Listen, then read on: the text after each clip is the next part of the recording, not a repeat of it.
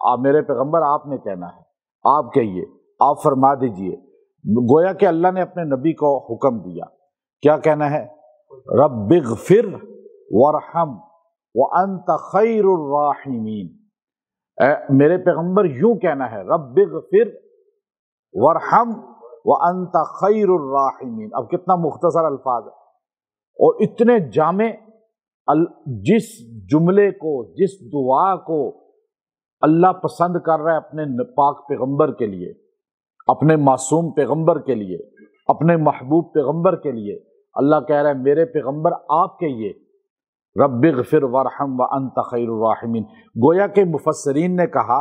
دو چیزیں، کہ ایک استغفار ایسی نعمت ہے، اللہ اپنے نبی سے بھی کہہ رہا ہے میرے پیغمبر آپ بھی یہ کہا کریں، مجھے پسند آتا ہے یہ۔ نبی تو معصوم ہے، نبی کو تو استغفار کی ضرورت ہی نہیں، لیکن اللہ پسند کرتا ہے کہ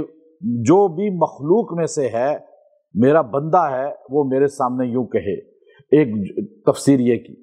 لیکن ایک تفسیر یہ ہے کہ اللہ نے فرمایا گویا کہ میرے پیغمبر آپ اپنی امت سے کہیں کہ وہ اس طرح میرے قریب آیا کریں، اپنے گناہ بخشوا کر اس طرح جو ہے میرا قرب حاصل کریں۔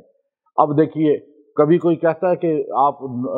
اپنے ملازم کو کہ تم جو ہے نا غلطی کرو کوئی بات نہیں، لیکن اس کے بعد یوں بولا کرو تو میں معاف کر دوں گا، کبھی کوئی نہیں کہے گا۔ اپنے بیٹے کو نہیں کہے گا، بیوی کو نہیں کہے گا، لیکن اللہ کتنا اپنے بندوں سے پیار کرتا ہے، ہمیں خود قرآن پاک میں جگہ جگہ بتا رہا ہے، اور یہ خاص طور پہ آئی اللہ کہتا ہے یوں کہو تو میں تمہیں معاف بھی کر دوں گا، تم پہ مہربان بھی ہو جاؤں گا۔ بادشاہ مہربان ہو جائے تو زمینیں الاٹ کر دیتا ہے، کوئی نہ کوئی محل دے دیتا ہے، کوئی مالدار مہربان ہو جائے تو آپ کو گاڑی دے دے گا، آپ کو کوئی گھر بنا کے دے دے گا، کوئی پیسہ دے دے گا۔ یہ تو چھوٹا ہے دنیا میں بندہ اور چھوٹی چیز دے رہا ہے، جو بڑا مہربان ہوگا تو کتنا کچھ دے گا۔ تو اب ہمیں یقین ایسا ہو جائے مضبوط اللہ پہ، تو اللہ نے یہ لفظ جو سکھائے ہیں تو آپ سارے پڑھیے پہلے اس کو، رب اغفر وارحم وانت خیر الراحمین۔ اب آپ دیکھیے اس آیت کو، آپ دعا کو اپنا وظیفہ بنا لیں۔ خاص راتیں آئیں، اب خاص راتوں میں کوئی بھی خاص رات آتی ہے، جیسے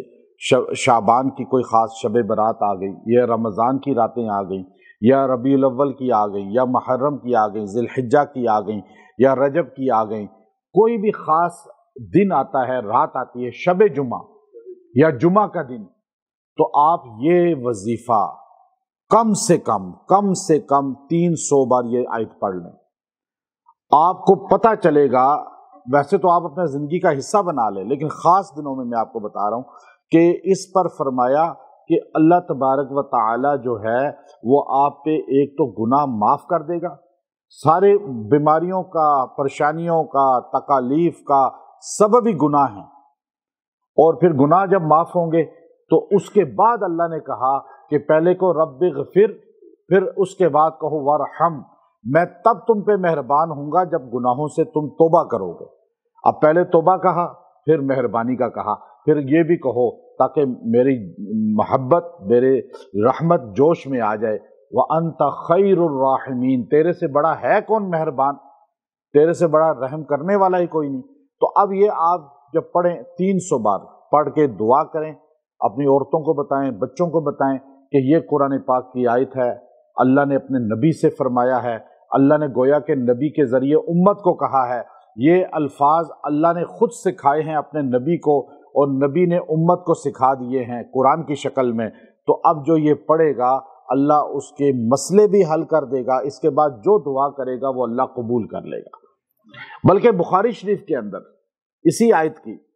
جو تشریح کی ہے، امام بخاری نے حدیث لائے ہیں، نبی کریم صلی اللہ علیہ وسلم، اللہم انت ربی لا الہ الا انت خلقتنی، یہ پوری دعا ہے، یہ پوری دعا ہے۔ امام بخاری یہ پوری حدیث لائے کہ جو بندہ یہ دعا صبح ایک بار پڑھ لے گا اس آیت کی، اس میں وہ شام سے پہلے مر گیا تو سیدھا جنت میں جائے گا، اور شام کو یہ ایک بار پڑھ لے گا، رات کے حصے میں مر گیا تو سیدھا جنت میں جائے گا۔ یعنی اس آیت کی آپ اہمیت کو دیکھیں کہ امام بخاری وہ نبی صلی اللہ علیہ وسلم کی حدیث لائے ہیں، وہ چھوٹی سی دعا ہے قل هو اللہ احد جتنی، وہ آپ انشاءاللہ یاد بھی کر لیں گے، تو وہ بھی پڑھ لیا کریں فجر اور مغرب کے بعد ساتھ، اور ساتھ یہ آیت بھی اگر آپ خاص راتوں میں 300 بار پڑھیں، لیکن اگر آپ اس کو عام دنوں کے اندر کم سے کم 100 بار بھی پڑھ لیں تو اللہ اس دن کے رات کو پڑھا کریں، زیادہ کوشش کیا کریں، کیونکہ رات کو جب آپ یہ پڑھیں گے نا عشاء کے بعد، اس کے بعد سونا ہی ہوتا ہے، تو آخری لمحے میں بندہ پڑھ کے جب سو جائے گا، رات کو موت بھی آ گئی تو بخشے ہوئے ہوں گے، کیونکہ دن کو گناہ ہوتے ہیں، پھر رات کو بندہ سو جاتا ہے۔ تو انشاءاللہ العزیز یہ زیادہ پڑھیں، کم پڑھیں، بہت زیادہ نہیں پڑھ سکتے تو کم سے کم کوشش یہ کریں کہ آپ اس کو 11 بار تو پڑھ لیا کریں، اور پھر آپ اس کو اتحیات میں ہی پڑھ سکتے ہیں، اتحیات کے اندر بھی پڑھ سکتے ہیں، یہ دعا ہے۔ اور کوشش یہ کریں کہ اگر کوئی بہت ٹینشن پریشانی آ جائے تو 11 دن تک روزانہ 300 بار اسی دعا کو پڑھیں اور دعا کریں، اللہ وہ ٹینشن پریشانی ختم کر دے گا۔ یہ بہت ہی مجرب دعا ہے، قرآن پاک کی دعا ہے، الفاظ قرآن ہیں، اللہ کا کلام ہے، گویا کہ سمجھے کلام اللہ کا ہے، اللہ کا کلام ہے اور نبی کی زبان سے نکلا ہے، امت کو تحفہ ملا ہے۔ وآخر دعوانا ان الحمد للہ رب العالمین۔